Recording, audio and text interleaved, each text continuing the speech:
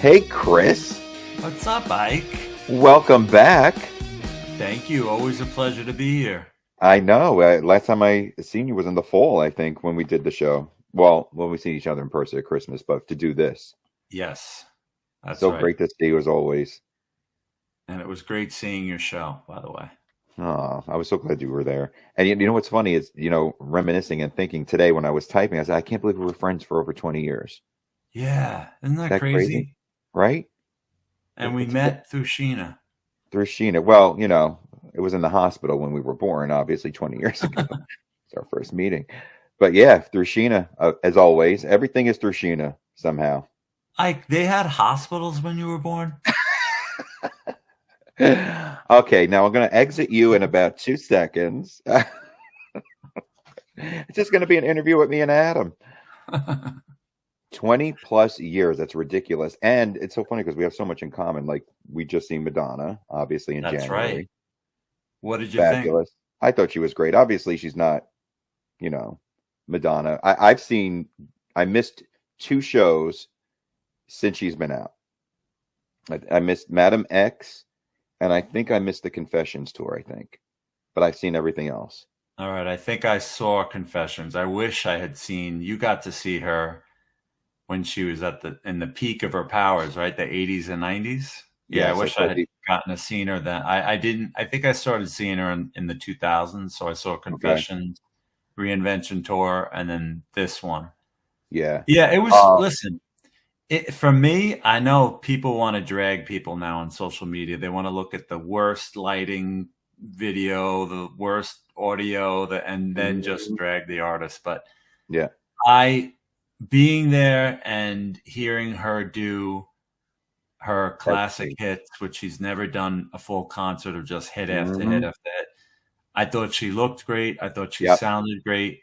There were maybe half the songs had pre-recorded vocals, but that never really mattered to me because, it's about just being in the moment and reliving your youth and having fun. And she succeeded on all accounts for me. Yeah.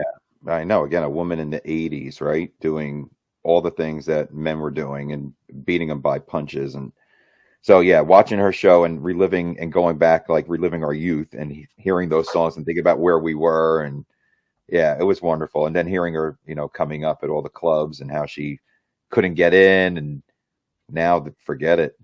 She can get in once. Yeah. Yeah, but it was a great show. And I'm friends with, not friends, but when I first started, Bob the Drag Queen came to my very first show at the Duplex. So how funny. Oh, that is funny. Yeah, he's on arenas and I'm still performing in CD clubs. Life is great. Yeah, but you just started before. You started a little later than him. Yeah. No, 100%. But whatever. I'm not bitter. Bitter table for one, please. So, Chris, our show is sponsored by Uberlube. Uberlube has been supporting 50 Shades of Gay for years now, and now they support Loose Lips. You can find their products at uberlube.com. They have so many different products. They have travel size, glass bottles. They're all nightstand friendly. They really are truly amazing. You got to check them out at uberlube.com. And we have been picked up by Ripped TV. Thank you, Chris. Yes, awesome. RippedTV.live. You could watch us every Wednesday once the episode drops off on video. You could watch it on their website. And if you have any questions for Dr. Ike or Dr. Tim, Hi, Tim. Yes, shout out to Tim. You could send us a message on Facebook.com/Loose Lips the podcast or to my email at ikeavellievents@hotmail.com. And don't forget to subscribe to our YouTube channel at Loose Lips the podcast. Her. So very I'm excited. Nice. Listen, we want to give a shout out to all the Sheena fans out there who tune in all over the world. They send in questions for Adam. They send in questions for, the projects that he's working on, and they give so many good kudos to Adam. So speaking of Adam. Yes, our guest today is returning for the 8th time to discuss the 5th release of the Cherry Red RT Sheena Easton reissue campaign, the vinyl of 1984's Todo, Me Recuerda a Ti. Oh, Chris. The way you said that. So I love that album cover. I really do. So we must not forget, outside of Sheena, Adam has worked on many projects for artists like the Weather Girls, Beverly Craven, and many others. And he has interviewed all the legends from Diana Ross to Mariah Carey. And he's going to talk about some projects that are coming up. And we cannot wait to have him on. Please welcome the incredible Adam Mattera. Thank you, Adam. Thank you for that intro. I can't believe it's been 8 times I've been on the show. I'm like, Yeah. 8. Thank you so much. I think we need to come up with an award. You're like the Alec Baldwin of SNL hosting. It's shocking, isn't it? Yeah, I keep back. Wow. Welcome back. Thank you. Well, we are so excited to have you on as always, Adam. You're a delight, and we can't wait to talk about everything Sheena. And obviously, we're going to talk about, because your world outside of Sheena is incredible as well. Like, and there's so much to talk about with that. So we'll dive into that as well. But before we even get into the latest release, Best Kept Secret, we kind of missed that last year. We did, because it just came out right before Christmas, didn't it? And so we kind of mixed it. But yeah, maybe we should start with, because really Best Kept Secret, and there it is. Yeah. Best Kept Secret and the Spanish album are essentially a continuation of the same project, really, all with the same producer. So yes, and there's back. See, I don't know if eagle-eyed fans might notice that on the original back of the album, there was that's the original photo, treated with all the shadows and stuff, which was really nice to show, because on the original one you don't see that. They had kind of cropped it and sort of like done an effect. But that I thought it was, we had, as we managed to get hold of the original shot, we thought it'd be nice to show the full frame shot on that. Another picture from the sessions. Yeah. Isn't that great? I love her photos in the 80s. I really do. And the original liner notes. Yes. With the we reproduced that, even with the little frog on the top. Yes. Now the original copy that collects or collected frogs, Adam. So that's why that was there. Mm-hmm. The original that I purchased did not have the liner notes. Oh, did it not? Oh, really? 83 when I purchased it. I think I got it from Sam Goody at the time. It didn't have the liner notes. And then I think the packaging kind of changed on the back. I think I have the original album versus when it came out again, and then it had the liner notes and something else on there. I forget. I got mine on the first day of release, and it did have the liner notes. Wow, that's weird. Yeah. That used to be a really back in the day. It's interesting you say that, because back in the day when vinyl was the main format, that would happen a lot. And you'd buy the album and you'd take it home and go, "Oh no, I've just got like a shitty paper." Do you think that was the bootleg? I know. I think what would happen sometimes is just that they would, when they repressed it in the original pressing, it would have the proper thing, and then they repress it. They just didn't bother. They just thought, let's not do the extra expense of having a in a sleeve. We'll just do a sleeve, which happened a lot. Now, hold up the album, because the original one that I purchased back in 83, it didn't have. It was weird because they had like an arrow to say who produced what track, and then I think it was a box that said who produced the other tracks, and that was not on the original. It wasn't. See, now I have to say something. It was on my original that I got the first day. Oh, really? Yeah. I got it the first day it came out, and it had the triangle and the box saying. Isn't that crazy? Yeah. Mine didn't have that. And mine also had an international fan club address on it. Yeah. See, that's why I knew it was different, because the original I had didn't have that on it. I have to pull it, and I'll take a picture. That is strange. That's really strange. Slightly different pressings that came from, little variations. But what a great album. A really great album. I think a really important album for Sheena as well. Yes. Because what had happened really was that after, Madness, Money and Music, which is the last one we talked about here, was, we all agree that was like one of her vocally and in terms of song. Really, it's like, it's really up there, if as one of her best, if not her best. Yeah, vocally, totally. Yeah. Absolutely, but it didn't sell in the way that the others had, and maybe I think it's fair to say. I mean, she was only 23 years up. She was in her early 20s, and the music was very mature. That album could have been cut by someone 10 or 20 years older. Yeah. And so, because she didn't really deliver a big hit off it, there was a lot of pressure. Not just pressure. I think she, they wanted to deliver hits. They wanted her to be a contemporary, selling, record selling artist. She had already done that. She had lost her footing a bit with that album commercially. So it was important to take her back. And this was the album that did it. Well, there was an intermediary, really. It's interesting. The intermediary was We've Got Tonight, of course, because what had happened was, after the commercial failure, should we say, of Mouth Money Music, the head of EMI in America, he came up with the idea of pairing her with that other bit, with Kenny. Yes. And so that song, the whole idea for it, the suggestion of the cover version of the Bob Seger song, the pairing of them, it all happened really quickly. They recorded it literally over a few days in Christmas of, that's 1982. 82, yeah. And then, of course, it comes out the following month. Big hit, #1 country hit, top number 6, I think, in America, worldwide hit. And that was the thing that put her back really at a chart form. Mm-hmm. And also, importantly, it was also the first thing that she did without Christopher Neal. Mm-hmm. The first record in America with David Foster. And so that really paved the way. I think once that happened, there was no going back.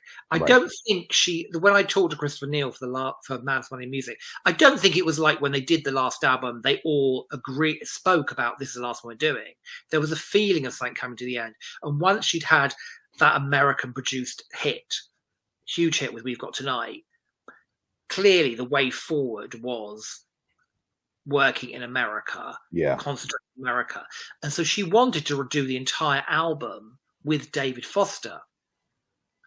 And David Foster wasn't available. He was too busy. And so on the same agent that David Foster had also represented Jay Graydon. So she wanted Jay Graydon to do the whole album. He couldn't do the whole thing, so he just did 4 tracks. God. And then the person that ended up doing the album was Greg Matheson, who ended up with the bulk of the album. And interestingly, when I spoke to Greg about this album, he said that she had already been speaking about wanting to get the guy that had done Gloria. Ah, yes, that's right. Had that year in 82, he'd had the #1 and the #2 record in America with Tony Basil, Hey Mickey, and Laura Branigan's Gloria. And so that sound was all over radio in America. And it was a much more modern sound, and more sort of like new wave, more synths, quite different from the Christopher Neal productions, much more really, I guess, in touch with where the radio sound was going in the States. And so the teaming of Greg Matheson and Sheena became really important for the next few years for her, and really delivered her the hits and got her back on MTV onto top 40 radio, really. Yeah. And it gave her the top 10 hits. Yes. Yeah, because I think that was the first time I actually seen Sheena on MTV was the telephone video. Yes. I believe. I could be wrong. Yeah, that's right. Makes sense, right? Yeah.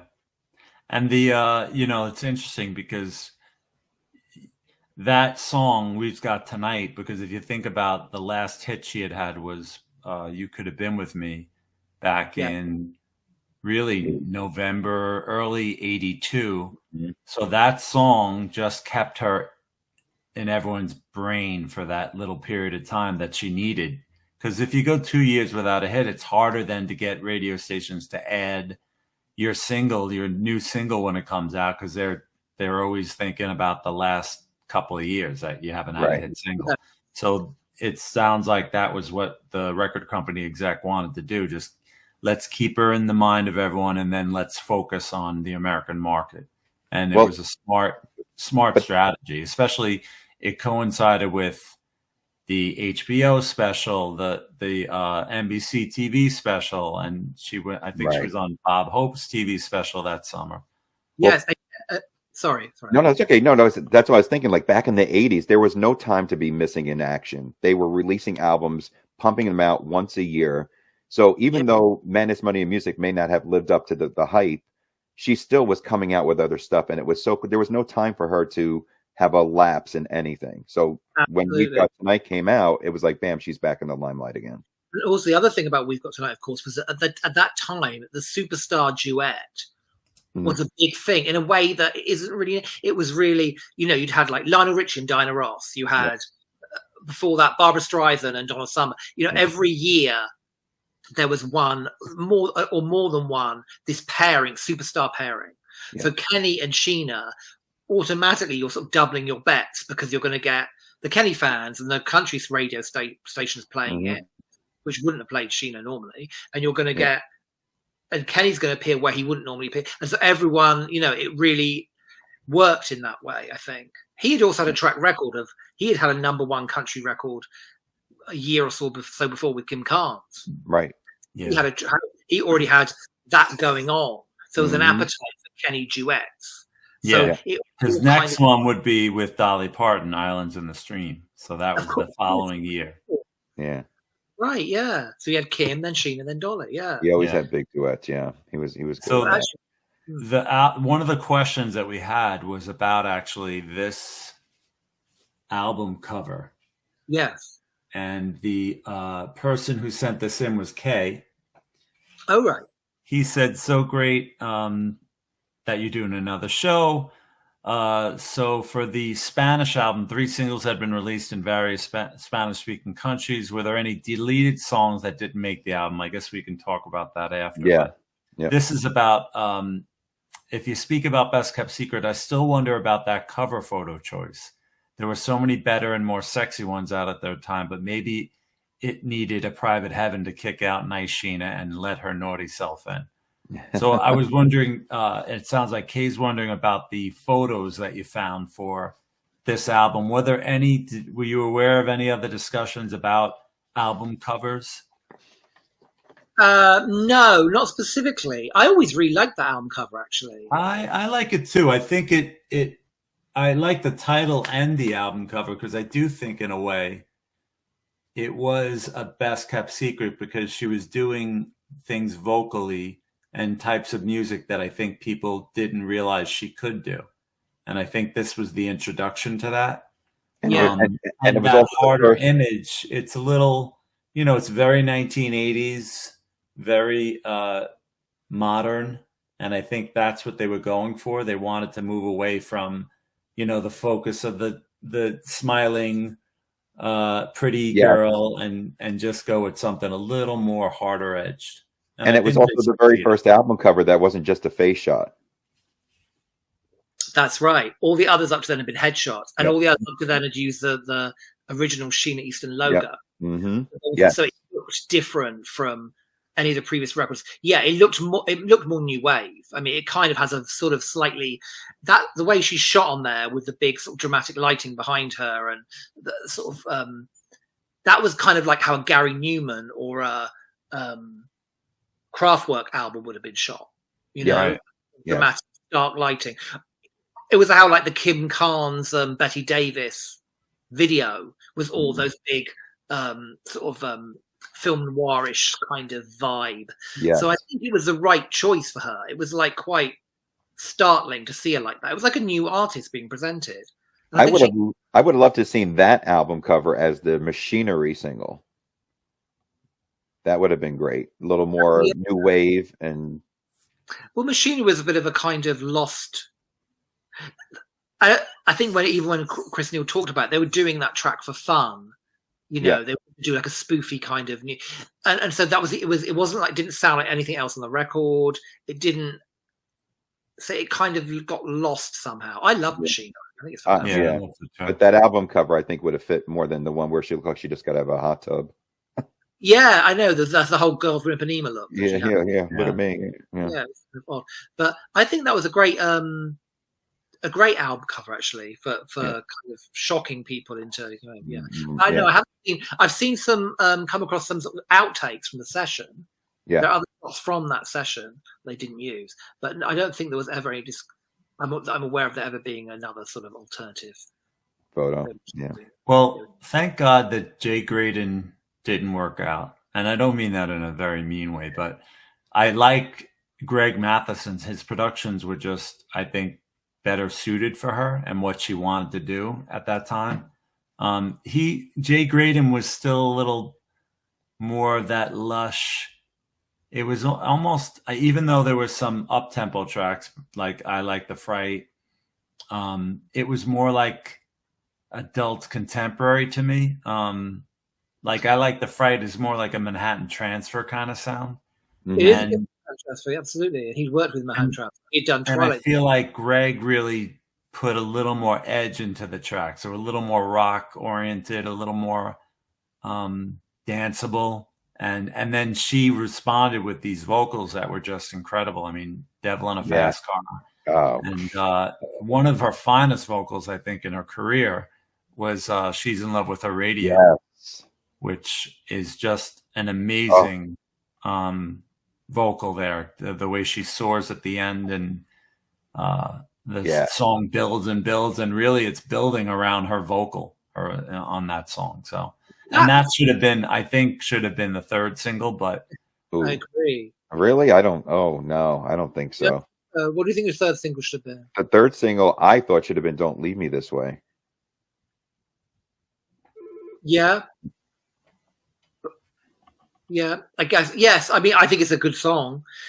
She had just had a ballad, hadn't she? So she had Telephone. Then she had. It would have been. Yeah. So. I don't know, maybe about doing another ballad, 2 ballads in a row when she wasn't trying to, It's so interesting because people perceive you as being a certain thing. So, she was seen really as a balladeer. Yeah. Kind of, I think more of a balladeer because of You Could Have Been With Me and When He Shines and stuff at the point when this album came out. And so Telephone kind of changed perceptions. And then it kind of went back, okay, but we're going to still keep those people happy with Almost Over You. So it was constantly playing that game. And something like She's in Love and Radio, or what's the other, like Best Kept Man on the album. Yeah, or Sweet Talk. Sweet Talk I thought would have been even catchier. Sweet Talk's a great track. Yeah, right? That's a great song. That's one of my favorites, actually.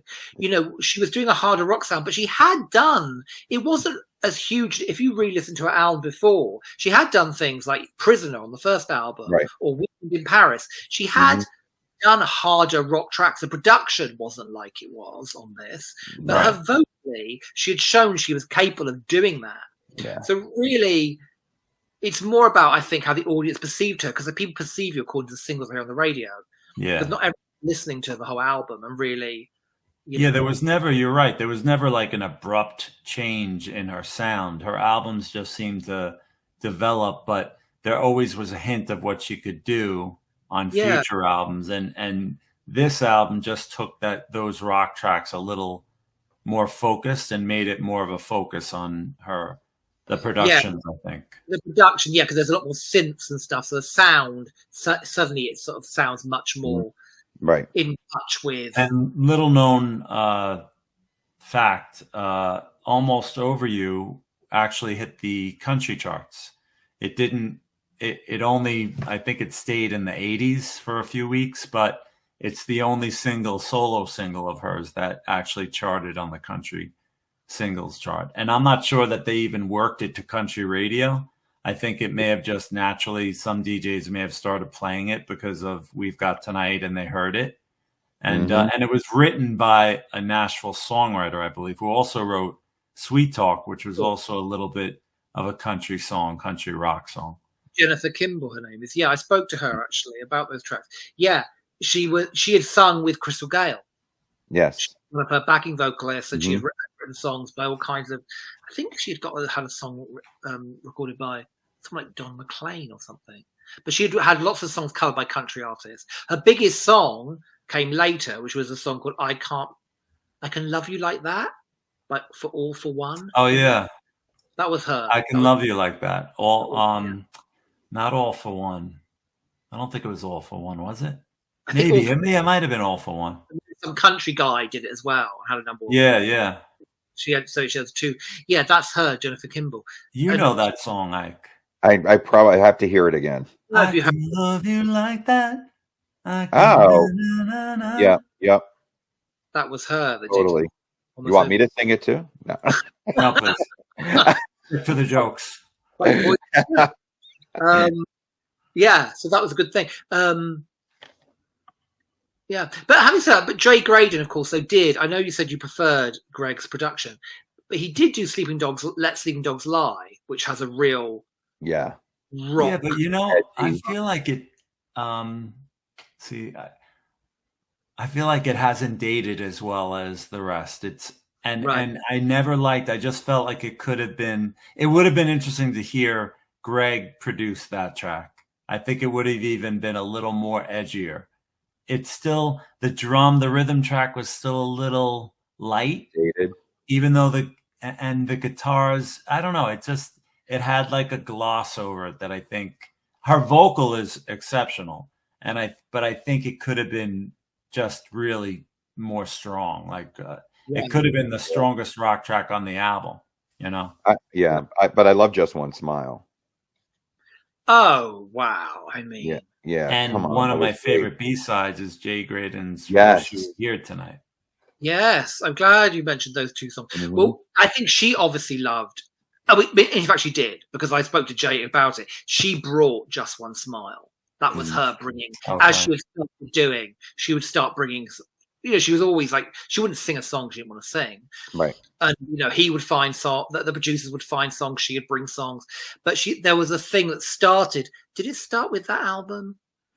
No, it started before that, because she had brought like Janice Ian's in the winter. Yeah. Oh, yeah. But she would often bring out, there'll be a cover, on the album. And that was the one she brought. And I think it would have been Dusty Springfield's version that she would have. Yes. Various people had hits with that. Gene Pitney had the first hit with Just One Smile, but it would have been Dusty Springfield, I think, because she was a big fan of Dusty, who did it. Dusty in Memphis, and Sheena nailed. And Dusty was so nice to her in her documentary when she met her. Oh, that's right, of course, because it was Lou. There was Dusty and Lulu, and it was Lulu's manager that was awesome. And it was Dusty. Dorothy. What was her name? Dorothy. She was an old-time star. I can't remember her name, but she was in there. She had the big glasses. And yes. You sing towards the back of the theater. Yeah, right. Really? And she hoped she had a bunch of pitfalls before she got to the top or something. I remember. They threw tomatoes at me. Oh, that was. I really hope good. Her first 3 songs are failures. It was like Norma Desmond or something. Yeah. She was like that. Dorothy, you know her, Adam. Yeah. No, I'm sure I do. Squires. Yeah. Dorothy Squires. Dorothy Squires. Yes, I know the name. Yeah, I remember. Yeah. Amazing. If you want to laugh, Adam, look up the BBC and documentary and just fast forward. I'm sure you've seen it, right? Will. You've seen it, Adam, obviously, right? I've seen it ages ago, but not recently. Yeah. You'll notice Dorothy. She looks just like Lulu with more makeup. That song, though, also, and I didn't know that, I didn't see it at the time. As I discovered in the last recent years, she did a Bob Hope birthday special before the album came out, and she sung "Just One Smile." Yes, that was great. So, suggesting that that song was really in her wheelhouse. You know what I mean? It was like she could. Yeah. And I believe it was with an orchestra too, right? It was yes. That day, it was incredible. The hitting those notes, and so they also duetted with Kermit the Frog on that special. She did. Didn't they do "Just the Way We Are"? I think. Yes. Yeah, and that was great. Oh, yeah, great. Anyone that Kermit is a friend of mine. Oh, the frog thing. There we go again. Yeah. Yeah. Oh, yeah. It's a frog thing. I mean, who really, when you think about it. It's like only the best get to do it. Kermit. Right. Exactly. Debbie Harry and that was her last opportunity, because everyone was duetting with the Muppets on the Muppet Show, but it wasn't out by the time. Right. Sheena became famous. So the golden age of the Muppet Show had ended by that. Yeah. Oh, that's wonderful. So Best Kept Secret, amazing job as always with the vinyl. I love the color, the detail, the artwork. And now we have the Spanish album. Yes. Chris, you want to hold that up? There it is. I have to tell you a story about this. So obviously, I wanted this so bad. It was 84. And we had a supermarket here called Pathmark. You remember that, Chris? Pathmark? Oh, yeah. And you could actually special order albums that were, international. So I would special order this, and I would never get it. Months and months and months. Never got the album ever. So did you ever get it, Chris? Or nope. Never ever. I never ordered it though. I'm not even sure. You have to remember that Ike was like 42 at the time, and I was, he's so funny. Why don't you let me stick with the jokes, Chris? No, but that album was the only one that I could not get my hands on, and all the special ordering and never received. But it was so crazy to put on the Spanish channels on the radio and hearing Sheena singing with Luis Miguel.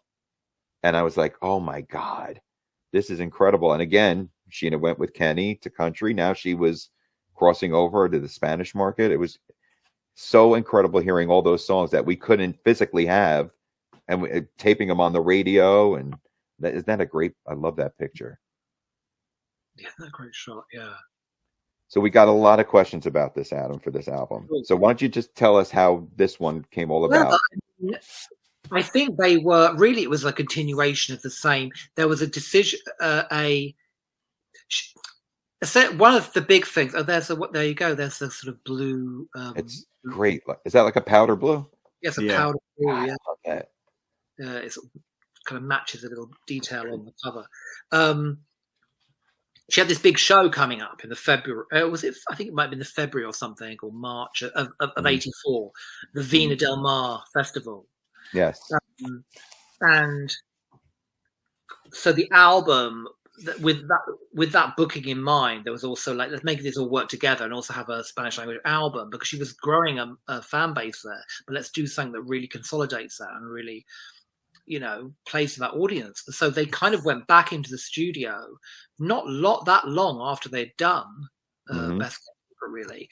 And Greg oversaw the production alongside. They brought in a guy called Juan Carlos Calderon, who was like had a successful Spanish musician for years, and done worked on Eurovision, all kinds of stuff.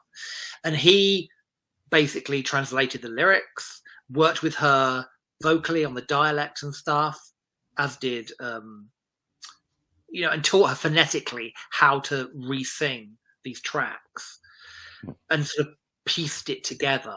Basically, okay. It was quite a painstaking problem, because she wasn't like a natural. She didn't speak Spanish, but she learned it and also wanted to get the feeling, not just to get the pronunciation right, but get the expression, all that stuff.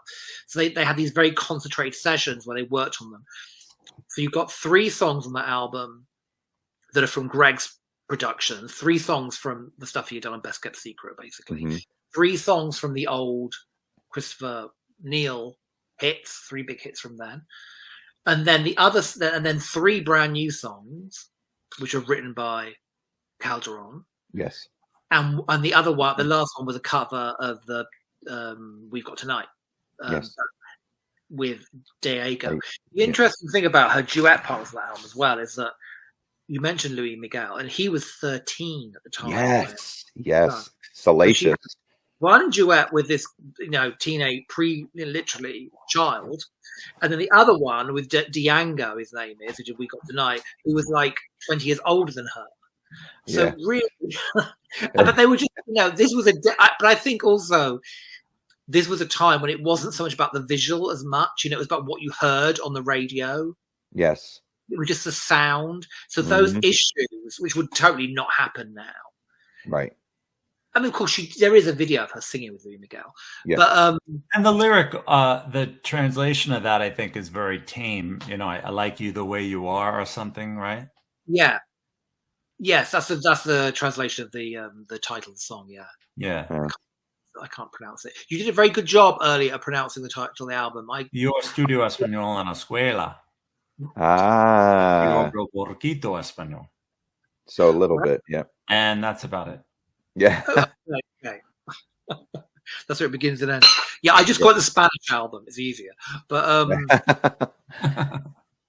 and, it's interesting. You said when you were waiting to buy. So it never obviously came out in Britain. Never here. Shape or form. I wasn't sure about its release. I know it came out in like Argentina, and Mexico and certain territories, Latin American territories. I thought it did come out in America at some point. Oh, it probably did years later. Yeah, maybe. But there was some issue. There was an interview with her during a private heaven, so it still had not been released, and she had said that there was an issue with the second branch of that record company, because it wasn't EMI America, it was the Latin division of that. So she was hopeful it would come out, and I know that there were plans on another interview that I heard during the Do You era that there was going to be a second Spanish album, but it never came to fruition. But I know that was being talked about around the Do You era. I'm surprised, because what a fan base she grew. Look at that audience, how they went bananas when Telephone came on. They were going Vina de Mar, yes. Yeah, they went crazy. Yeah, that was fun to watch. It was. I'm sure, I can't imagine what a thrill that was for her to perform for that many people, and then to see that type of response in the audience where they're all putting their hands up at the same time, and it's pretty remarkable. I did see an MTV interview about that, and there was an interesting story she told, that at the time she was unaware of like the political environment in Chile at the time, and apparently there were tabloid stories about her asking for bottled water to take baths in, to ship all this, and none of it was true, of course, but they ran these stories. And then when she got there were death threats that were made. And I know there's another story I read in Danny Francis, his autobiography. He was I read an excerpt from it. I think he was a bodyguard of hers at the time. Of course, he wrote, a book about, I guess, his experience as a bodyguard to celebrities. But he talked about some wild story that when they got to the airport, a car started chasing after them, and Sheena was in the back seat with an agent or a representative from the record company, a female, and they were trying to outrun this car that was behind them. The car then somehow got them to pull over. These guys got out with guns. It turns out it was some security that was asked to protect her during this, but no one communicated that.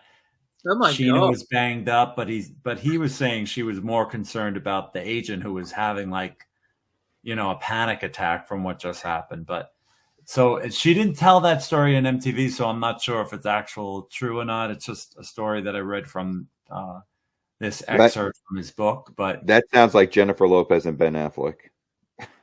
But she did talk about that they didn't tell her about the death threats, but she went on stage and she did the whole thing. And she said she learned something from that, because then she realized, all right, I have to start paying attention to the political landscape in other countries that I'm performing in, just so I'm aware, Wow. Well, one of the Sheena fans, Petros, wanted to gossip. Well, he just got the gossip. Speaking of Petros, he wanted to know, why wasn't the Sheena Spanish album released on CD? And I think we talked about that previously, and I think it was because of there were no bonus tracks, right? Yeah, well, in terms of CD, yeah. I mean, everything will come out on CD. Yep. At the end of the campaign, we're going to do a box set. Yep. I'm not sure exactly what form it will take at this precise point. But that is a plan. So they will come out on CD. The reason we're not doing, we don't do like the label doesn't do single CD releases. So when we have been doing single CD releases in the campaign at this point, it's only when we do like a double disc. So either a CD and a DVD or 2 CDs if there's enough bonus material. So enough bonus material to do 2 CDs, that is. And there wasn't for this one, for the Spanish one, no. So we didn't. But yeah. All right. So now, favorite track on the album, Adam? My favorite track on the Spanish album. Yes.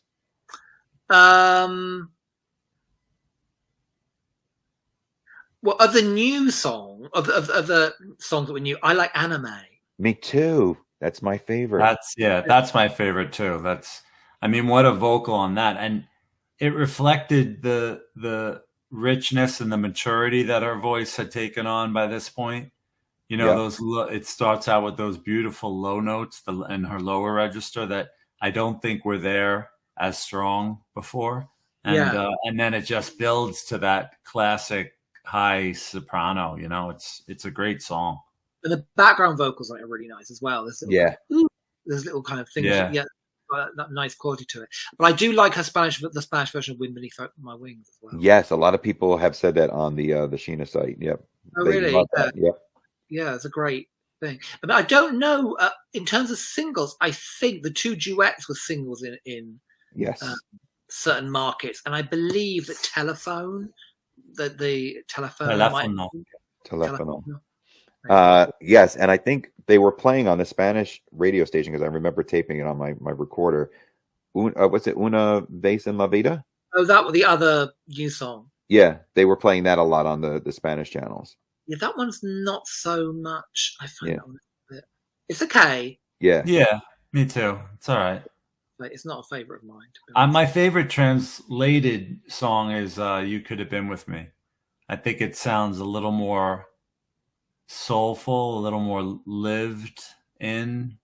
I don't know. There's something about it. Just, you know, again, she just sounds better. I think just her voice is a little more richer, a little deeper, and I don't know. Just I think even the piercing note I like better on this. Yeah, me too. It's interesting as well that "Don't Leave Me This Way," which you mentioned before, Ike, as being, you know, the third single, was chosen, you know, which gives us because it wasn't a single and ever, but it was still chosen above hits for the album. There were plenty of other hits they could have done, right? Version of, but they didn't. They did "Don't Leave Me This Way," which is quite interesting. And it translated well. I loved it. Oh, yeah. Suggesting that it may have been in the mix. They may have been considering that as a single at some point. I don't know, because otherwise it's kind of odd that they chose to do that. But yeah, there we go. You know. Yeah, maybe if "Devil in a Fast Car" had been a hit, maybe that would have been the next single. You mean what, on the Spanish album? No. I'm saying. Oh, I was like, no. Best Kept Secret. Maybe that's why they included it, because they were going to make it the 4th single if "Devil in a Fast Car" was a hit. Got it. Yeah, it's always difficult to know what things become, why something becomes a hit and doesn't become a hit. Often when it gets to the 3rd single, at that time, you know, you had to get all the things lined up. You had to have the radio promotion and this and that and the. It wasn't necessarily that it wasn't a good track. Right? Yeah. You know, "Devil in the Fast Car" is a great track, I think. Yeah, I just don't think it's a great track for radio. That it's a little too moody and a little too, you know, there's no tempo to it until the first chorus sets in. You know, there's no drum beat. It's just like the synthesizer and her singing. I don't know that translates well on the radio, you know, coming out of the gate. Mm-hmm. Right. Yeah. Yeah, that's a good point. Yeah. Well, we have lots of questions, Adam, coming in from the fan base on the world of Sheena Easton. We want to give a shout out to them. They admire you, Adam. They love the work that you're doing on all these projects with Sheena, but they want to know Petros again, and we also got some from Teresa who want to know what's next as far as the deluxe CDs. Well, what's next in terms of what's next is the 40th anniversary edition of A Private Heaven. Yes. which literally got announced like a week ago or something. So that will be the next release. That's vinyl, obviously, because we already did the CD. Yep. Over a year ago, I think. Mm-hmm. Because we wanted to, obviously people were asking, like the vinyl never came out because we did it out of sequence for various reasons at that time. Basically, we did Private Heaven early because it was ready to go and we had sourced all the tracks and had them approved and had all the additional material approved. So, okay, let's get that out there. Mm. And then we started the vinyl campaign. So now it's got to the point where we're doing the vinyl in sequence. It's like, well, let's do a Private Heaven now. But let's, rather than just stick it out as the 10-track album, we had some extra material. I had found some extra stuff. So I thought, okay, well, let's give more value. So let's do an extra disc. So there's 3 tracks on the 40th anniversary. They've never been 3 mixes, I should say, to be more clear. They're not 3 new songs. They're like an alternative version of Sugar Wars, an alternative version of Have You Ever Been in Love? Have You Ever Been in Love, I think, right? Yes. Yeah. Which is different from that version that was I can't wait to hear that. It's kind of a fuller production. Ooh. Oh, nice. It's more like I found it afterwards because I got the. Do you think will these other versions be on the CD box? Yeah. There isn't anything that will. Yes, if there's been some stuff that's come out as extra tracks on vinyl that at that point were found in the vault and cleared and unreleased stuff, but they will be on there. Yeah. So there won't be stuff that you won't be able to get on CD. And the release date for the 40th anniversary is the end of May. I think it's 31st. Right. Yeah, I think it is. I think that's right. 31st of May. Yes. Okay. And what's the other one? I'm trying to think. Gosh, I should know. Hungry Eyes. Yes, there's a remix of Hungry Eyes. Oh, I love that song. Which is different from, you wouldn't have heard it before. So that's fun. And then obviously next will be Do You. It's the next in sequence. So and that will be vinyl. You're going to have to wait and see because I haven't. We're not ready to announce anything yet because it's all still in process. But that will be the next that is the next project that I'm currently working on. Okay. I have a question for you from Mike Dubin. He's very excited about Todo, recuerda a ti. I did it better the first time. I was wondering if you were able to locate the masters for this one. Because he says that about 5 years ago, he was in contact with Ian Peel and wanted to get the album up on streaming. He mentioned they were having problems locating the masters for that album. And also if there were any additional tracks that you found from that Spanish album. And then a question about if you can take over Olivia Newton-John's catalog for well, I'm not going to comment on Olivia. I do love Olivia.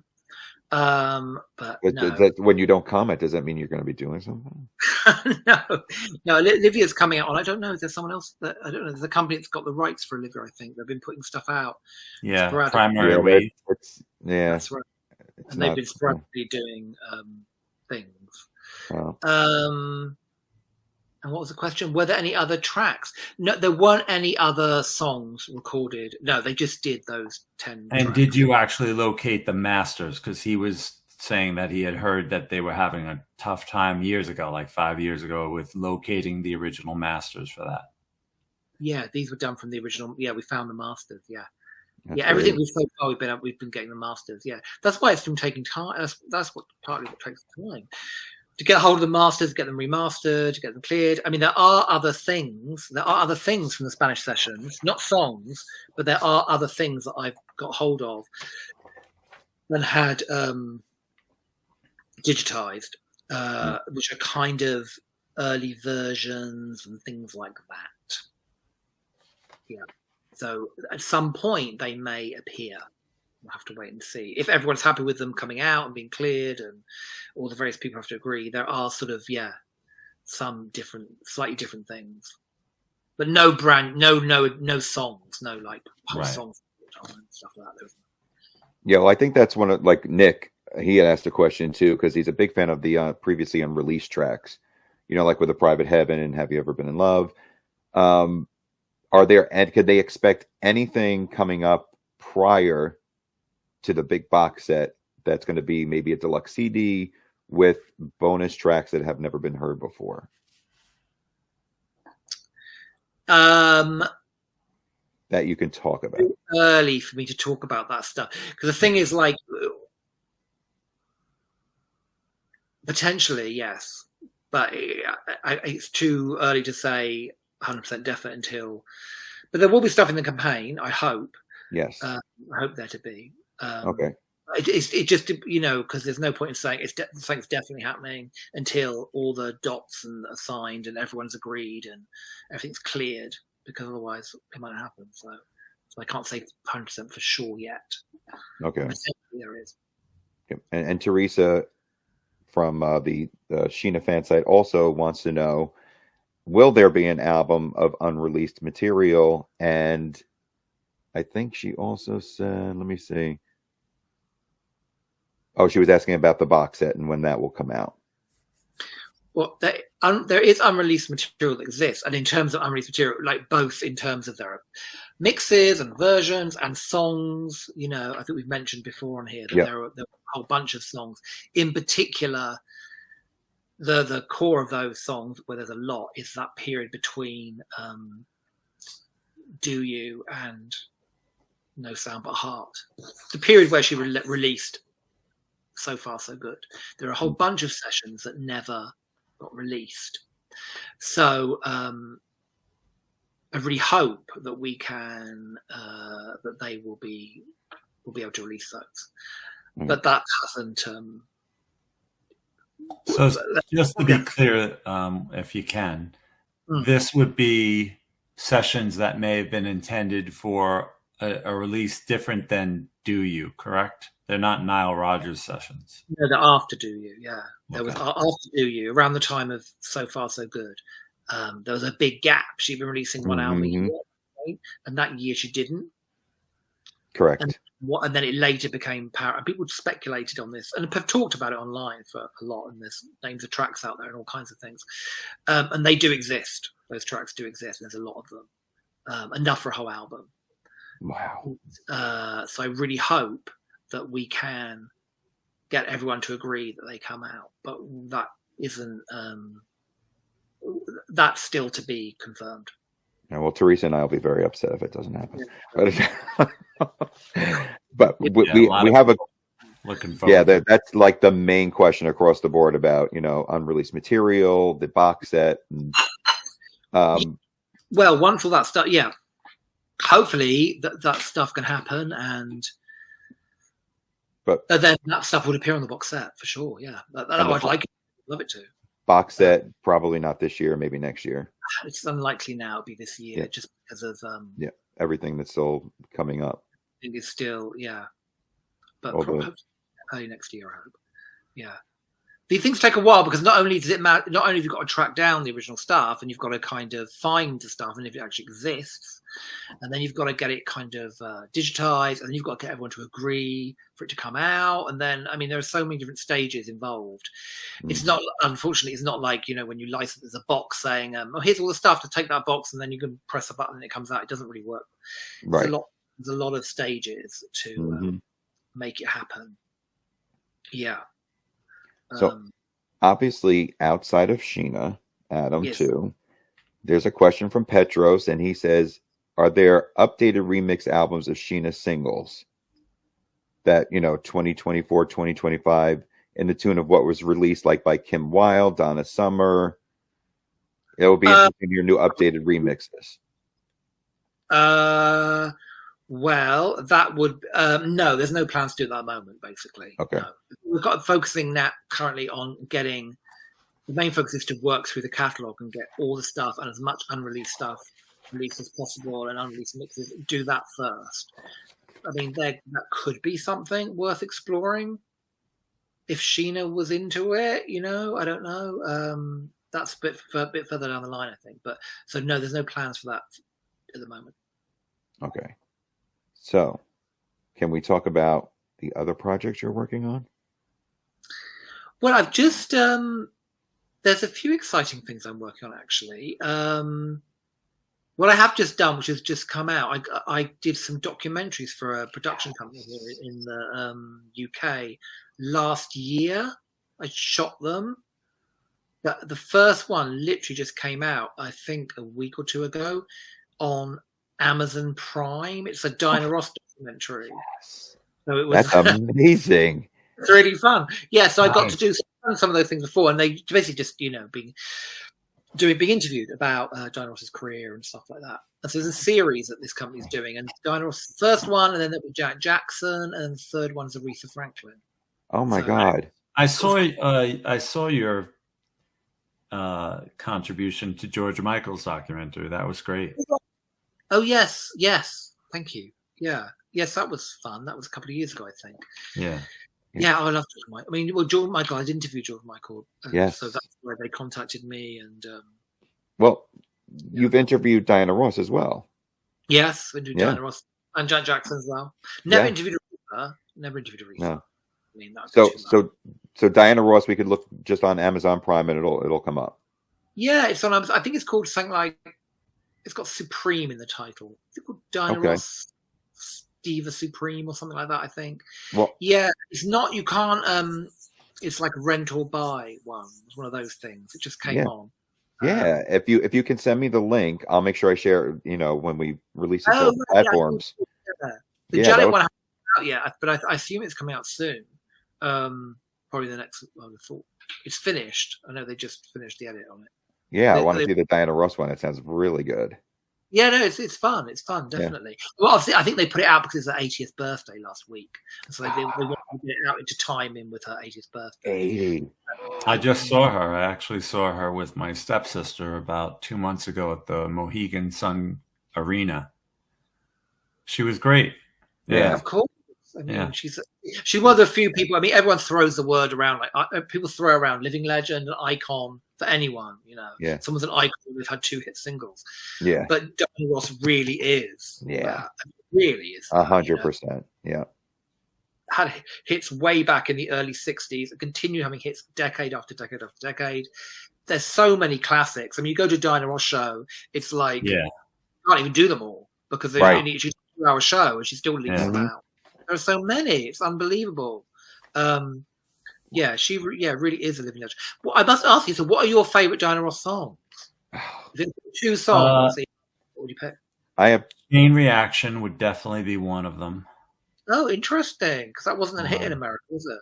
No, but she did it on. They re-released it. I think they re-released it after she performed it on the American Music Awards. They remixed it and re-released it right after she performed it, and I think it did a little better than the first time, but that I thought was just such a catchy song of hers. What's yours, Ike? The Fast Side, I love Hangover, and the second one, the ballad would be It's My Turn. Oh yeah, that's great.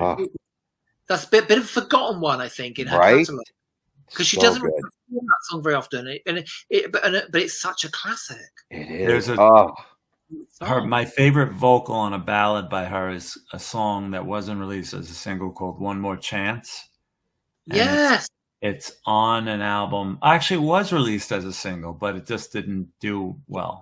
Oh, was that Michael Masser wrote it, and it was from the album. To Love Again? It was on To Love Again. Yeah, and her vocal on that is amazing. Yeah. Amazing. Yeah. People often, I think it's because, Aretha Franklin becomes the benchmark for Black female singers. And so it's somehow a sense that, like, if you're not, and of course she's amazing. And of course Aretha is the Queen of Soul. And it's like church voice, whatever. And Diana isn't that. But that doesn't mean, and so some people think, oh, Diana Ross can't sing. It's just like, really? What are you talking about? She can sing, of course, it is ridiculous. You hear these stuff. I mean, one of probably my favorite dance track is The Boss, and she really lets rip on that. Right? In a way that it's like, wow. So yeah, I would choose The Boss as my favorite. That's great. Ballad. Yeah, but if you have one that just stands out, ballad. I mean, Upside Down and I'm Coming Out. Those are just classic Yeah. There's so many that, you know, like she's incredible, really. Yeah. Really incredible. But you have to pick one ballad, Adam. Just one. I think I Touch Me in the Morning. I forgot That's a good about one. that. Yes. Song. I mean, as soon as she comes in, it's like that song is like a whole like movie in a song. Yeah. Kind of the movements it goes through and her vocal on it is just so immaculate. One of the things that she was great at, I think, Diana, was like, and still is like really communicating a lyric. Mm-hmm. A good example, like, is "It's My Turn." Aretha Franklin covered "It's My Turn," and you know, people would say Aretha is, you know, Aretha's version isn't a patch on Diana's. Yeah, it's just amazing. Her version is just so great. Because it isn't about the power and the thing. Diana had such precision and such ability to communicate lyric and her tone, you know, those sort of qualities. I think it's something to do with, you know, I think like the American Idol kind of thing that happened at some point in the last 20 years has changed with perceptions of singers a bit, in terms of like, if you're not doing all the runs, and you're not belting all the time, then you're not somehow if you're not doing that, you're a lesser singer. And it's like, it's just not true. You know, and I think sometimes that happened with Aretha, where she was doing so much that it did lose some of the impact of some songs. It was wonderful. It was amazing to hear. And then other songs, I think it was a bit much, but you're right. I do see even now on American Idol, the judges are telling these young singers, don't do so much. Oh, are they now? Oh, good. Yeah. You don't need to do that many riffs and everything. You need to communicate and tell the story. That's the main thing you should be focused on. Yes. So, and that was what Diana Ross did, you know? Yeah. Diana Ross, absolutely. And Sheena did that, you know? Yeah. Yes. Like a great sort of communicator. She could be there with a mic and just communicate the song and not feel, I mean, she was capable of doing like runs and all stuff, but she didn't do it all the time excessively. No. Then you become Christina Aguilera and it's unlistenable. Oh. Right. My God. Have you ever tried to listen to Christina Aguilera's Christmas album? It's literally... Oh. All right. I have to tell you why that is. I have a little backstory on that. Oh, really? Okay, interesting. Yeah. Christina Aguilera, when she went in to record the debut album, they kept stopping every recording, every song that she was doing and telling her to stop riffing. Stop. You sound too soulful. They wanted her to sound like Britney Spears. And she was pissed. And so when she went into the Christmas album, she was determined that no one was going to stop her. She was going to sing it exactly the way. And I think you're right. She went overboard and she did too many riffs but it was because it was a direct response to that experience that she had in the first album. Good. The next album, thankfully, she pulled back, and that was, I think, so far her best album. Yes, they're beautiful. The album had Beautiful on it. Yeah. What was that album called?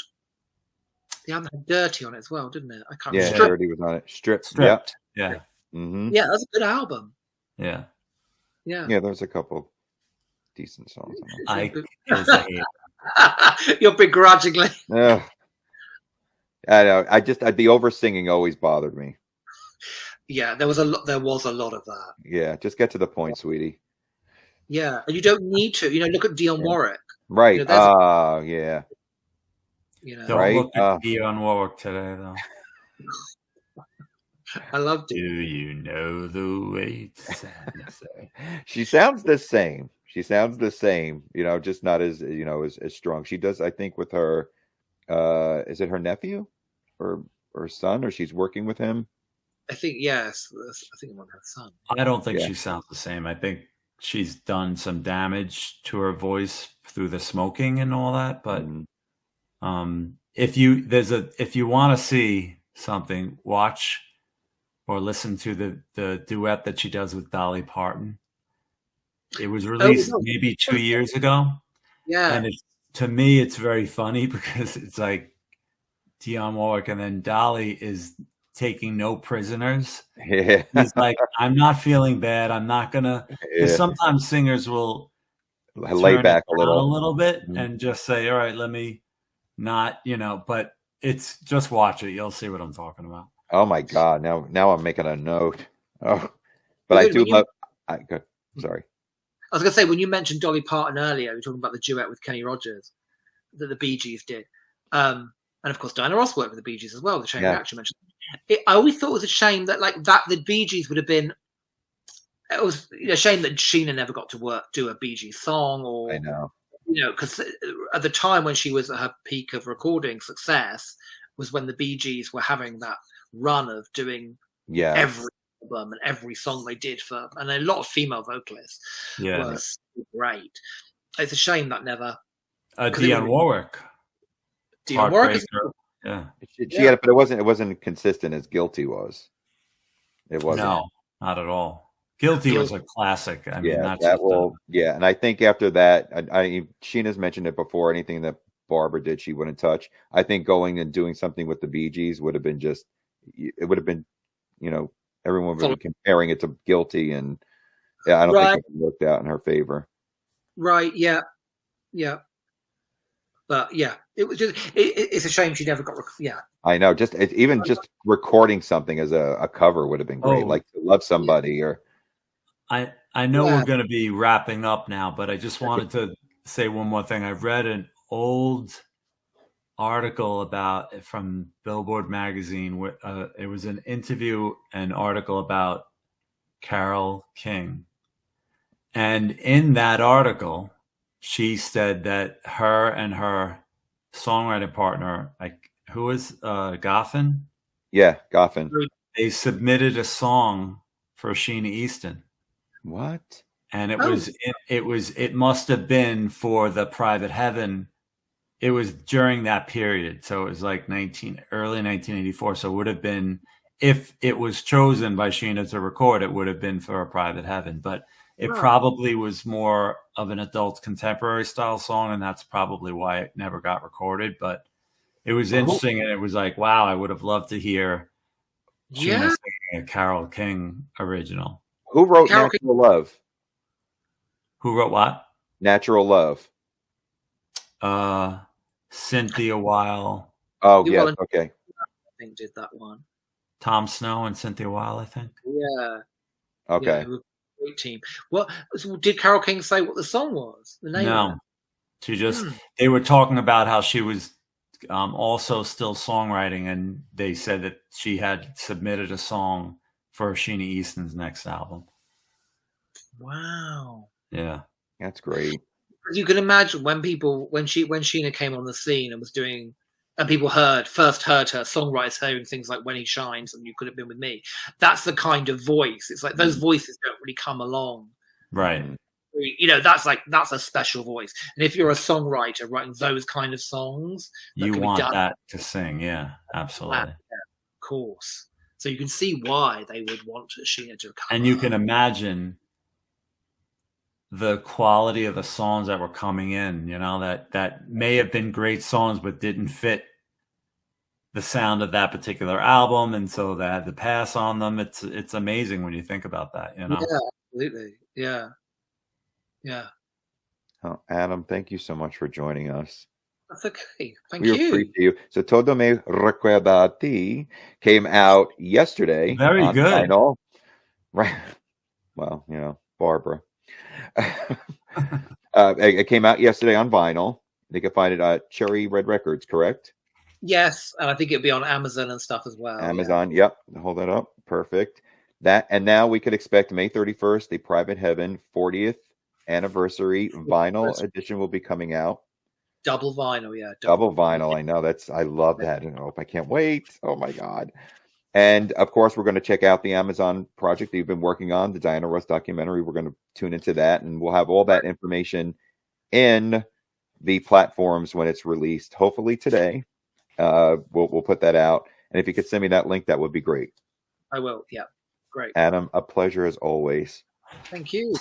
Thank you for everything you've done, and a shout out to all the Sheena fans out there that love all the work you're doing, and everyone that's sending questions, Mike, Kay, Petros, Teresa, and Nick, and everybody out there. So, thank you, Adam. Brilliant. Thank you. Thanks, guys, so much. Always a pleasure, Adam. And thank you again. Appreciate it. Yeah. Thanks a lot. Bye. We're going to wave goodbye now. Bye. Bye. See you soon.